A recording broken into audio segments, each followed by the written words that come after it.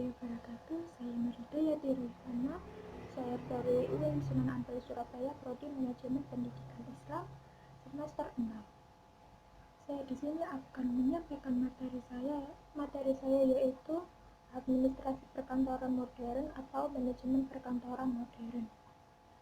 Yang saya akan bahas kali ini adalah yaitu dari pengertian administrasi perkantoran modern, ruang lingkupnya, tujuan dan manfaat, dan pekerjaan kantor.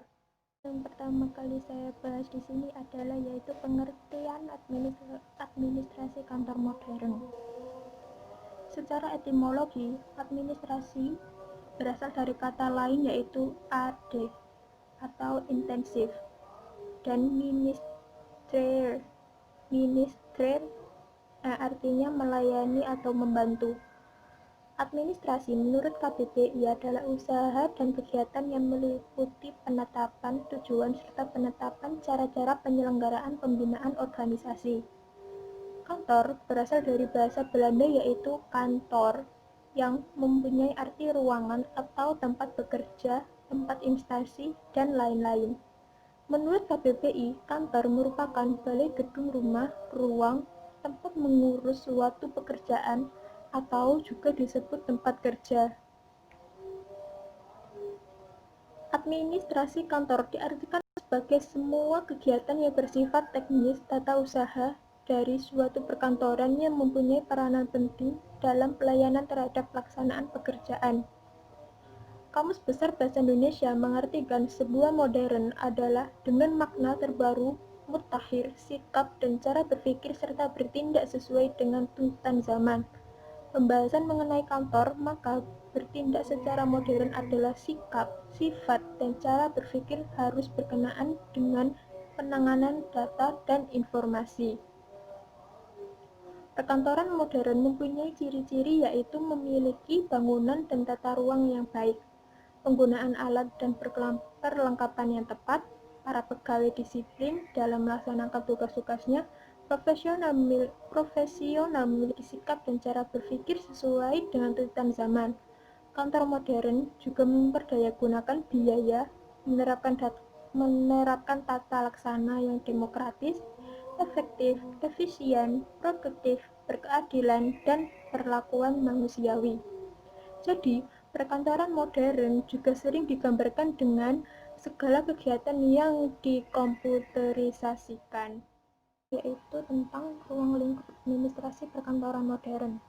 Ruang lingkup administrasi kantor modern mencakup kegiatan kantor dan sarana fasilitas kerja kantor.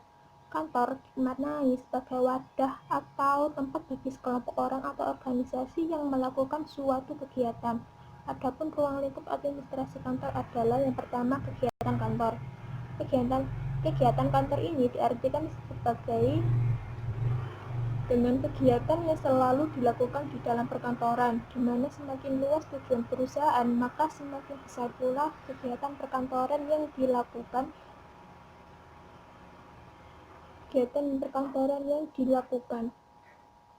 kantor mencakup yang pertama perencanaan perkantoran, yang kedua pengorganisasian perkantoran, yang ketiga pengarahan perkantoran, dan keempat yaitu pengawasan perkantoran.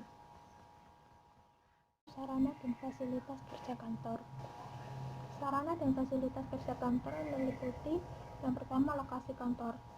Faktor yang harus diperhatikan dalam lokasi kantor ini adalah faktor keamanan, faktor lingkungan, dan faktor harga. Yang kedua, gedung.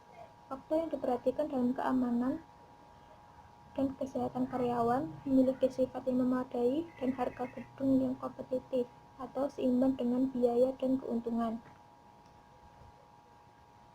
Yang ketiga, peralatan.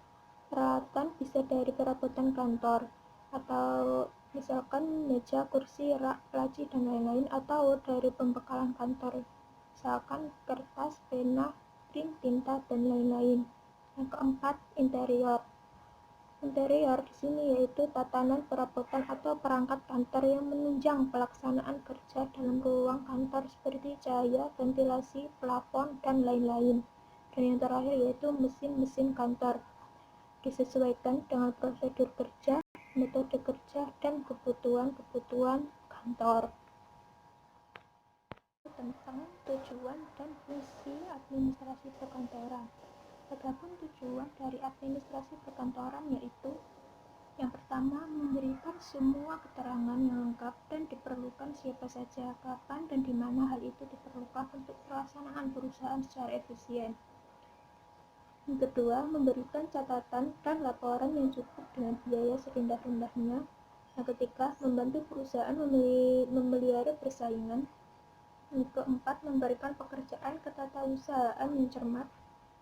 Yang kelima, membuat catatan dengan biaya minimal. Yang keenam, menangani segala keluhan dari pelanggan atau pertanyaan yang berasal dari pelanggan mengenai prosedur dan kebijakan.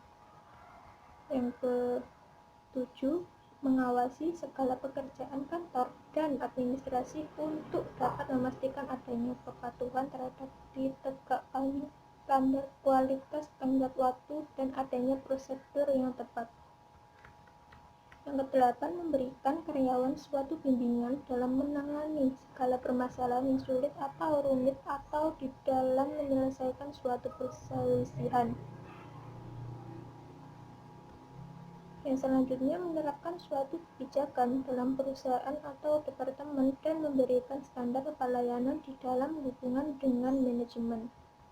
Mendiskusikan suatu masalah prestasi kerja kepada karyawan untuk bisa mengidentifikasi penyebab dan segala permasalahan dan berusaha untuk dapat menyelesaikan permasalahan tersebut. Melatih atau memberikan perintah kepada karyawan untuk menjalankan tugas atau kerjaan. Membuat laporan yang berhubungan dengan adanya kegiatan seperti penggajian, produksi, atau pengiriman yang bertujuan untuk memverifikasi dan memantau kegiatan kerja dan berupaya mengevaluasi kinerja. Merekrut karyawan, wawancara dan memilihnya. Dan yang terakhir, menafsirkan dan berupaya mengomunikasikan segala prosedur kerja dan kebijakan perusahaan kepada para staf. Itu adalah tujuan dari administrasi perkantoran. Dan adapun fungsi administrasi perkantoran ada 7, yaitu yang pertama, fungsi teknis, yaitu fungsi yang mengaplikasikan keterampilan dan berkaitan dengan teknologi guna memproduksi sebuah informasi seperti melalui komputer, mesin tik, dan fax. Kedua, fungsi rutinitas, pemeliharaan dan duplikasi, yaitu fungsi untuk melakukan aktivitas kearsipan dan penggandaan seperti fotokopi, scan, dan sebagainya. Fungsi manajerial, yaitu fungsi yang di dalamnya terdapat prinsip perencanaan, pengorganisasian, pelaksanaan, dan pengawasan kepada segenap sumber daya manusia dan produksi yang ada serta proses kinerjanya. Yang keempat, fungsi interpersonal, yaitu fungsi yang dapat menjadi pedoman bagi pengevaluasian kerja yang menyangkut promosi atau peningkatan karir demosi dan pemutusan hubungan kerja atau PHK seorang karyawan. Yang kelima, fungsi analisis, yaitu fungsi untuk menjadikan semua proses administrasi sebagai bahan pertimbangan bagi pengambilan keputusan oleh seorang pimpinan. Fungsi pengingat, yaitu fungsi yang mengingatkan untuk terkait yang berhubungan dengan dokumen, baik tertulis maupun elektronik akan suatu kejadian yang penting. Fungsi validitas, yaitu fungsi yang memungkinkan suatu dokumen administrasi bisa menjadi sebuah bukti suatu kejadian atau transaksi apabila dibutuhkan di kemudian hari. Terakhir yaitu pekerjaan kantor. Pekerjaan kantor ini yaitu objek utamanya dalam kegiatan manajemen perkantoran adalah pekerjaan perkantoran atau kegiatan yang ada di kantor. Istilah lain yang digunakan untuk pekerjaan kantor adalah TU, clerical work, paperwork, kesekretariatan. Pekerjaan atau kegiatan perkantoran sebenarnya mencakup seluruh kegiatan yang ada di kantor. Pekerjaan tersebut dapat dirinci sebagai berikut. Yang pertama, mengumpulkan atau menghimpun, yaitu kegiatan mencari dan mengusahakan terjadinya segala keterangan yang tadinya belum ada menjadi siap digunakan bila diperlukan. Yang kedua, mencatat, yaitu kegiatan yang membutuhkan dengan berbagai macam peralatan sesuai dengan perkembangan teknologi dan kebutuhan yang diperlukan sehingga wujudnya langsung siap pakai. Yang ketiga, mengolah, yaitu macam-macam kegiatan mengerjakan keterangan dengan maksud menyajikan dalam bentuk yang lebih berguna. Yang keempat, menggadangkan, yaitu kegiatan memperbanyak dengan berbagai cara dan alat sebanyak jumlah yang diperlukan. Dan yang terakhir, menyimpan, yaitu kegiatan menaruh atau melekatkan dengan berbagai cara dan alat tempat tertentu sehingga sistematis dan aman.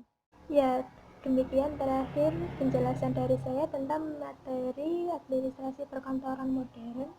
Semoga bermanfaat bagi kita semua. Apabila ada kesalahan tutur kata, saya mohon maaf sebesar-besarnya. Wassalamualaikum warahmatullahi wabarakatuh.